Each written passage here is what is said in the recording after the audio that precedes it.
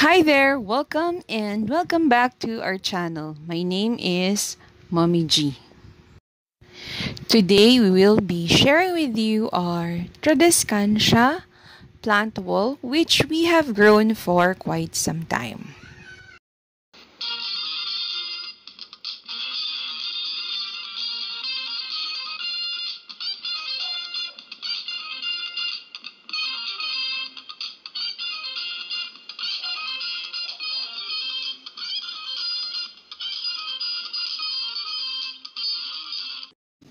Our plant wall has some variegated Moses in the cradle, Purple Heart, Tradescantia, Tradescantia Sabrina, the regular Moses in the cradle, and of course, lots and lots of Calicia repens Tradescantia or turtle vine.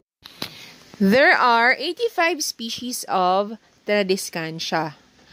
So, you can make your choice on what to use for the plant wall.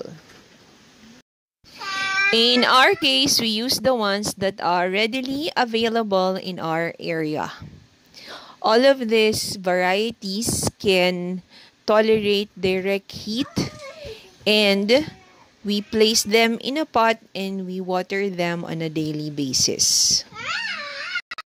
This is our plant wall 7 months ago. As you can see, we're using some hanging pots and hanging baskets, and we placed it in a wall where we can hang them.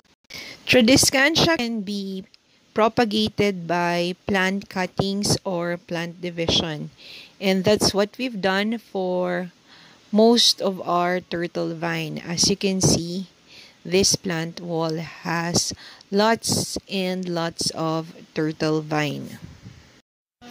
As the plant grows, you can then trim it to the shape that you want it to, or you can arrange it as you like.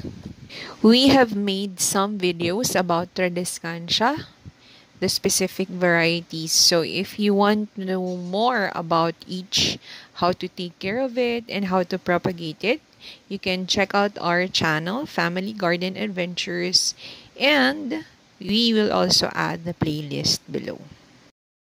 Try creating your own plant wall as well. For more plant videos, please feel free to subscribe to our channel and to share this video to your friends as well. Let me show you another view of our plant wall.